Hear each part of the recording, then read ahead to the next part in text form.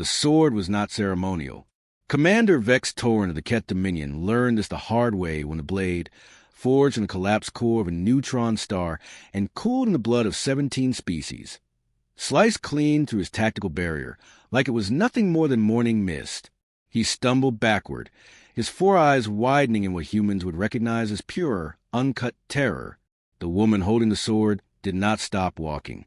Her name was Sera Cole, 32 years old, former lieutenant commander of the Earth Defense Coalition's 7th Fleet. Former. That distinction mattered now. It mattered because the 7th Fleet no longer existed. It mattered because everyone she had ever loved had been aboard the flagship Meridian when Commander Vex Torin ordered its destruction. It mattered because Sera Cole had spent the last 18 months crawling through the darkest corners of the galaxy, hunting this moment like a predator hunting its final meal. Stop, Vex commanded again, his voice carrying the harmonic resonance that made Keth's speech so unsettling to human ears. It sounded like 3 people screaming underwater. I am offering you terms of surrender. Sera laughed. It was not a pleasant sound. You know what I find funny? She kept walking, boots crunching against the obsidian floor of his command chamber. The Keth flagship Dominance hung in orbit above the human colony of New Tasmania, its weapons charged, its crew of 6,000 watching their commander face down a single human woman. You murdered 40,000 people, civilians, children, and now you want to talk about surrender.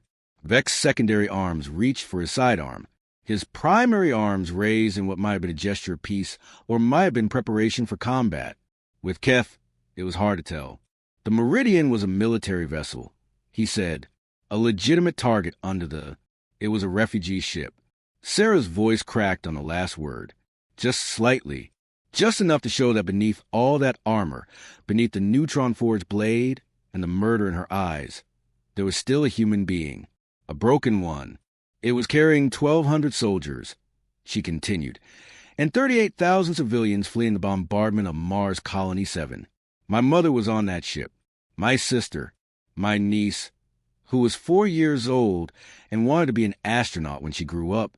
She stopped walking, 10 feet from the Keth commander now. Her name was Lily. She had this stuffed elephant she carried everywhere, named it Trumpet because she thought that's the sound elephants made. I promised her I'd take her to Earth someday, show her a real elephant. Vex's grip tightened on his weapon. I am not responsible for her. You gave the order. 3 words. Flat. Final. The command chamber fell silent. Sera could feel the eyes of every Keth officer watching through the surveillance feeds, could feel the weight of history pressing down on this moment. A human woman, standing alone in the heart of enemy territory, armed with nothing but a sword and 18 months of rage. She should be dead. By every tactical calculation, by every law of probability, she should have died 100 times over, infiltrating Keth space, bypassing their security networks, fighting her way through 3 patrol ships and 24 soldiers just to reach this room. But humans, it turned out, were very difficult to kill when they had nothing left to lose. I'm going to give you a choice, Sera said. Her voice was calm now, almost gentle, the same voice she'd used to read bedtime stories to Lily during their video calls. You can power down your weapons, release the colony below, and submit yourself to human justice for war crimes. Or, she smiled. It did not reach her eyes. Or I can show you what humans do when you take everything from us. Vex made his decision. His sidearm came up fast. Keth's reflexes were impressive. She'd give him that, and a bolt of superheated plasma screamed toward her chest. Sera moved faster. The sword sang through the air, deflecting the bolt into the ceiling, and then she was on him. Close quarters, where his size advantage meant nothing and her training meant everything. She'd studied Keth anatomy for 6 months, knew exactly where their primary nerve clusters sat beneath that chitinous armor, knew which joints bent wrong under pressure, knew that their species had never developed hand-to-hand combat because they'd never needed to. They'd always won through superior numbers, superior firepower, superior cruelty. They'd never face a human who simply refused to stop. Sera's blade found the gap between his chest plates, sliced through the secondary heart, and emerged from his back in a spray of copper-colored blood. Vex gasped, staggered, reached for her throat with one massive hand. She stepped aside and drove her knee into his primary lung. He fell. The commander of the Keth Dominion, conqueror of 17 worlds, architect of the Meridian Massacre, fell to his knees before a human woman half his size. How? He rasped. Blood bubbled at his mandibles. How did you get past our defenses? Our fleet? I had help. Sera crouched down, met his 4 dying eyes with her 2 burning ones. See, that's the thing about humans, she said. We make friends. Weird friends. Inconvenient friends. The kind of friends who'd rather commit treason against their own species than watch another refugee ship burn. Vex's eyes went wide. Kura. Sera nodded. Your own daughter, Commander. Turns out she inherited her mother's conscience instead of your cruelty. She's been feeding me intelligence for a year. Access codes. Patrol routes. The location of this lovely little flagship. She stood up. You killed her mother, too, by the way, on the Meridian. Did you know that? Kira's mother was human, a doctor who volunteered for refugee services. They met during the peace negotiations on Arcturus Station. Fell in love despite everything. Had a daughter who grew up between 2 worlds. Sera looked down at the dying commander. And then you decided humans weren't worth the oxygen we breathe, and you burned every bridge she ever had. Vex's breathing was shallow now, ragged. The fleet will avenge. Your fleet is about to have bigger problems. She turned toward the massive viewport that dominated the command chamber. Through it, she could see New Tasmania hanging in the black, green and blue and beautiful, home to 3 million humans who fled Earth's overcrowding to build something new. And beyond it, at the edge of sensor range, a ripple in space. Then another, then 100 more. Vex officers started shouting. Alarms blared. The Dominance shuddered as its tactical systems registered what was emerging from faster-than-light transit. Ships. Human ships. Not the scattered remnants of the defense fleet, but something else entirely. Something old. Something that should not exist. The 7th Fleet. Impossible, Vex breathed. We destroyed. You destroyed our flagship, Sera said. You killed our people, but you didn't destroy our ships. They were scattered across 3 systems, damaged, cut off from command. So we gathered them, repaired them, recruited every human pilot and gunner, an engineer who was willing to fight. She watched the fleet take formation. 67 vessels, bristling with weapons that had been modified, upgraded, and in some cases completely rebuilt. We've been very busy, Commander. The first salvo from the reformed 7th Fleet streaked across the void and struck the Dominance's forward shields. The deck pitched. Officers scrambled for their stations. And Sera Cole, former lieutenant commander of the 7th Fleet, stood in the middle of the chaos like a statue. She had one more task to complete. Vex was still alive. Barely. His primary hearts had failed, but Keth had redundant systems. He'd survive another few minutes. Long enough. Sera knelt beside him again, pulled a small holographic emitter from her belt. I want to show you something. She activated it. A child's face appeared. For years old, brown curls, gap-toothed smile, holding a stuffed elephant with a stitched trunk. This is Lily. Vex stared at the image. She was afraid of the dark. Sera said, of thunderstorms, of the monster she was sure lived in the closet of her cabin on the Meridian. I told her that monsters weren't real. Her voice hardened. I was wrong. She stood, deactivated the emitter. Your ship is going to fall. Commander, your fleet is going to scatter. And your Dominion is going to learn what happens when you underestimate a species that turned grief into gunpowder. She began walking toward the exit. Behind her, the Dominance groaned as another salvo struck home. The lights flickered. The deck is listed. Vex raised one trembling hand. Wait. She didn't stop. I said, wait. She didn't slow. I can give you information. The invasion plans. The other commanders. Everything. Sera paused at the door. Looked back over her shoulder. Her eyes were dry. Her voice was steady. The only thing I wanted from you, she said, You already gave me. And then she walked out of the command chamber, leaving the dying alien behind her as the human fleet tore his empire apart around him. She had a daughter to find. A living one. Because Kira Torin, half human, half Keth, and the only reason this mission had been possible was waiting on the escape shuttle. And they had one more target to hit before this war was over. The shuttle was cramped, dark, and smelled faintly of engine coolant and terror. Kira Torin sat in the pilot's seat, her clawed hands dancing across controls that had never been designed for someone with her particular anatomy. She was tall for a Keth, nearly 7 feet, but slim in a way that made her look almost human in low light. The genetic mixing had given her an angular face, copper-tinted skin, and 4 eyes that shifted between gold and brown depending on her mood. Right now, they were burning amber. She heard the airlock cycle behind her and spun in her seat, sidearm drawn. "Just me," Sera said, stepping through the hatch. Her armor was scorched.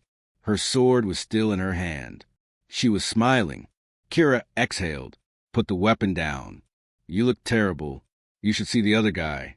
Sera dropped into the co-pilot's seat and began strapping in. Outside the viewport, the Dominance was listing badly to port, its shields failing in cascading sections as the 7th Fleet pounded it into submission. "We need to go," Kira said. "My father's officers will realize I'm missing soon. Your father's officers are a little busy right now." On cue, the Dominance's aft section exploded. A plume of fire and debris spiraled into the void, carrying with it a significant portion of the ship's propulsion system. Kira flinched. It was subtle, just a twitch of her mandibles, a flicker in those strange hybrid eyes. But Sera caught it. He was still your father. He was a monster. Those two things aren't mutually exclusive. Kira was quiet for a moment. Her hands moved over controls, bringing the shuttle's engines online, plotting a course toward the rendezvous point. "He used to read to me," she said finally.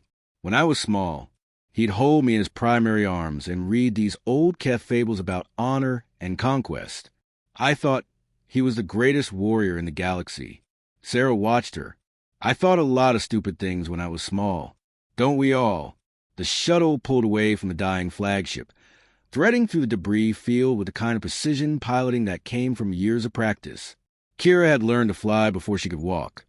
Keth children did, but she'd refined her skills in human space, running supply missions for her mother's refugee clinics.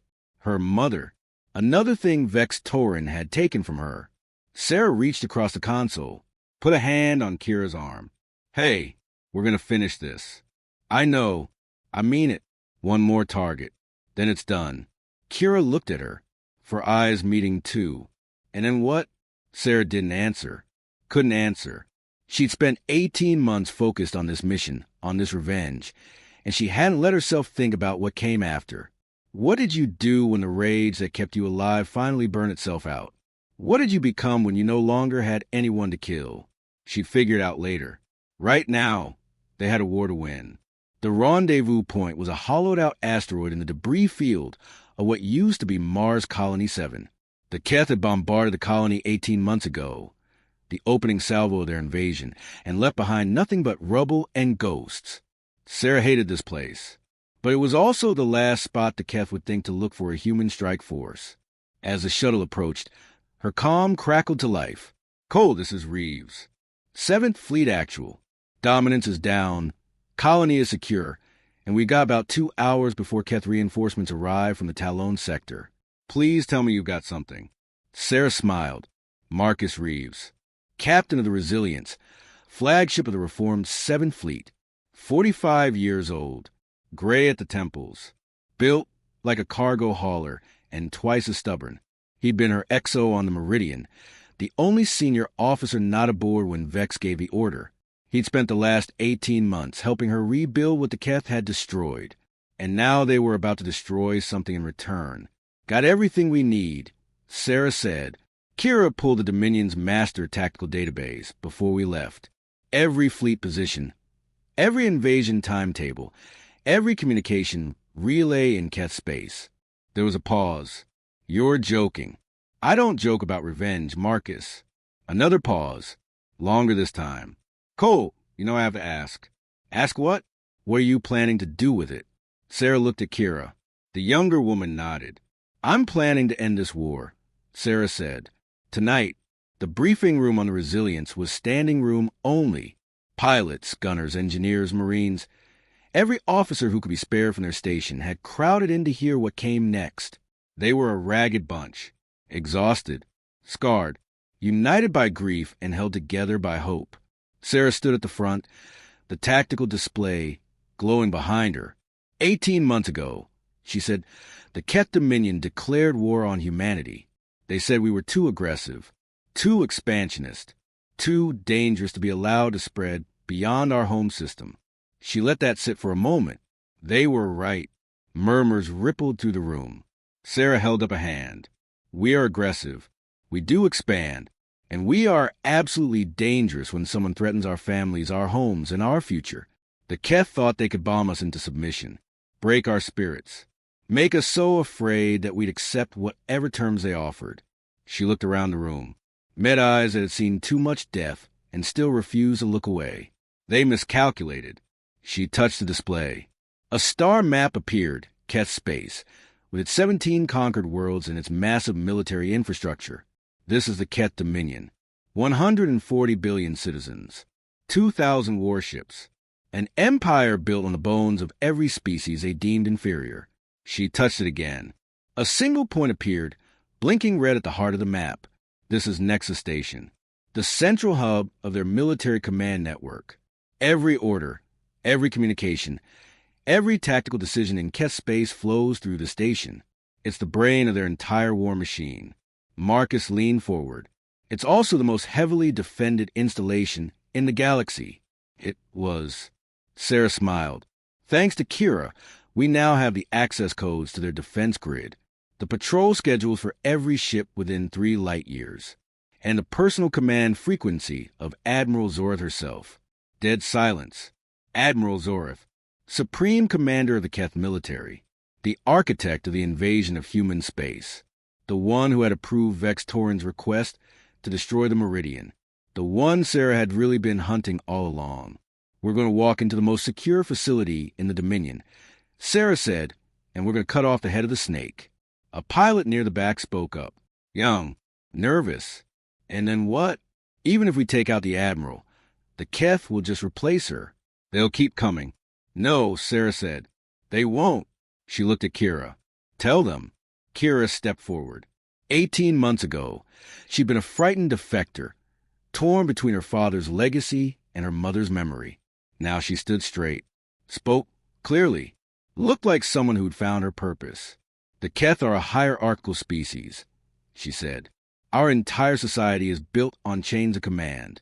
We don't adapt well to sudden changes in leadership. We don't improvise. She touched the display. Images appeared. Keth military vessels, their formations rigid and precise. Every tactic we use, every strategy we employ, is dictated from the top down. Individual commanders don't make decisions. They execute orders. And those orders all come from Nexus Station. She looked at Sera. If you destroy the station, you don't just kill Admiral Zorth. You paralyze our entire military. It could take years to rebuild the command infrastructure. Years during which humanity can fortify, rearm, and make sure this never happens again. The room was quiet. Marcus spoke first. You're talking about a decapitation strike. One shot, winner takes all. I'm talking about ending this war, Sera said, before it kills anyone else. She thought about Lily, about the stuffed elephant she'd never see again, about all the promises she'd never keep. We've lost enough, she said. Tonight we take something back. Nexus Station hung in the void like a cathedral of war. It was massive, nearly 5 kilometers across, and bristled with weapons platforms, shield generators, and the kind of defensive systems that made direct assault suicidal. Good thing they weren't doing a direct assault. The shuttle drifted through the debris field on minimal power, running dark, masked by Kira's stolen codes. Inside, Sera checked her gear for the 5th time. Sword, sidearm, enough explosives to crack the station's reactor core. And one more thing, the holographic emitter. Lily's face, still saved in its memory. She didn't know why she brought it. Maybe because she needed a reminder of why she was doing this. Maybe because she needed Lily to be there at the end. Or maybe because she was about to walk into almost certain death, and she wanted the last thing she saw to be someone she loved. Approaching the docking bay, Kira said, "Codes accepted. We're in." The shuttle touched down. The airlock cycled, and Sera Cole stepped onto Nexus Station. There were a dozen guards in the bay. Keth's soldiers in full armor, weapons ready. They didn't see her. The personal cloaking device had been another gift from Kira, stolen from her father's personal armory. It bent light around Sera's body, making her effectively invisible to the naked eye.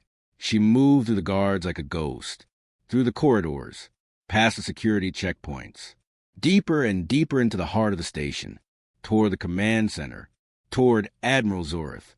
The Admiral was smaller than Sera expected. Keth tended toward bulk, heavy frames, thick limbs, natural armor, but Zorth was almost delicate, slim, precise. Her carapace was polished to a mirror shine and decorated with the campaign ribbons of a dozen conquered worlds. She stood at the center of the command center, her eyes fixed on a tactical display, directing the war against humanity with the calm efficiency of someone organizing a dinner party. Sera stepped through the door, deactivated her cloak. The guard spun. Weapons came up. Shouts echoed off the walls. But Zorth raised one hand, and everything stopped. She turned, looked at Sera with something that might have been curiosity or might have been amusement. "Lieutenant Commander Cole," she said. Her voice was smooth, cultured. "I was wondering when you'd arrive." Sera didn't lower her sword. "You know who I am. I know everything about you. Your service record, your family, your rather impressive rampage through Dominion space over the past 18 months. Zorth smiled. It was unsettling. "I also know you planted explosives throughout my station, that you're planning to destroy the reactor core and take me with it, and that you've almost certainly brought that little holographic emitter with the image of your niece." Sera's grip tightened on the blade. "You've been watching me. I've been admiring you." Zorth stepped closer. The guards tensed, but she waved them off. "Do you know why I approve the destruction of the Meridian? Because you're a monster. Because humanity terrified me." Sera blinked. Zorth's 4 eyes were steady. "Serious. Your species is barely 1,000 years old. You've had faster-than-light travel for less than a century. And yet in that time, you've spread across 24 star systems, terraformed worlds that should have been uninhabitable, and built a military that can stand against empires 10 times her age." She shook her head. "You don't follow rules. You don't respect hierarchy. You take ridiculous risks and somehow survive them. You adapt and improvise and refuse to stay down, no matter how many times you're beaten." She looked at Sera. "You're the most dangerous species in the galaxy, and I thought if I struck hard enough, fast enough, I could break you before you reached your full potential." Her mandibles clicked. "I was wrong." Sera stared at her. "Is this supposed to make me feel better?" "It's supposed to make you understand. I'm not a monster. I'm a strategist. I saw a threat, and I tried to eliminate it. I failed." She spread her arms. "So finish it." Sera looked at her, at the guards, at the command center that controlled the entire Keth war machine. She thought about Lily, about her mother, about all the people who died on the Meridian. And then she did something she hadn't planned. She lowered her sword. "No." Zorth's eyes narrowed. "No, you want to die a martyr. You want your people to rally around your memory and keep fighting. You want this war to go on forever." Sera shook her head. "I'm not going to give you that." She reached into her belt, pulled out a small device, pressed a button. Every screen in the command center flickered, changed, began displaying something new. The Meridian's final transmission, the recordings from the escape pods, the testimonies of the survivors, children crying for their parents. Parents are screaming for their children. Doctors and nurses were trying to save the wounded while the ship burned around them. And at the end, a single image, a stuffed elephant, floating in the debris field, trunk stitched, button eyes staring at nothing. "This is what you did," Sera said. "This is what your strategy costs. And now your entire empire is going to see it." Zorth's face changed. The composure cracked. Something raw and terrible surfaced in those 4 alien eyes. You can't. I already did. Sera smiled. It was not a kind smile. Kira broadcast this to every communication relay in Keth space 5 minutes ago. Every world, every colony, every ship in your dominion is watching right now. They're seeing what their glorious military did to 40,000 civilians. She stepped closer to the Admiral. You were right about one thing. Humanity is dangerous, but not because we fight harder or take more risks. She leaned in. It's because we make people care. We tell stories. We show them the truth and let them decide for themselves what kind of universe they want to live in. She gestured to the screens. Your own people are going to demand answers. They're going to ask why their children are dying in a war started by atrocities they never approve of. And they're going to remember that you're the one who gave the orders. Zorth stared at her. This isn't justice. No, this is a consequence. Sera turned to leave. At the door, she paused. Oh, an admiral? The explosives were a bluff. I wasn't going to destroy your station. She looked back. I was going to let you live with what you've done. And then she walked out. The shuttle was waiting. Kira at the controls. Sera strapped in. Close her eyes. It's over, Kira said. Yeah, how do you feel? Sera thought about it.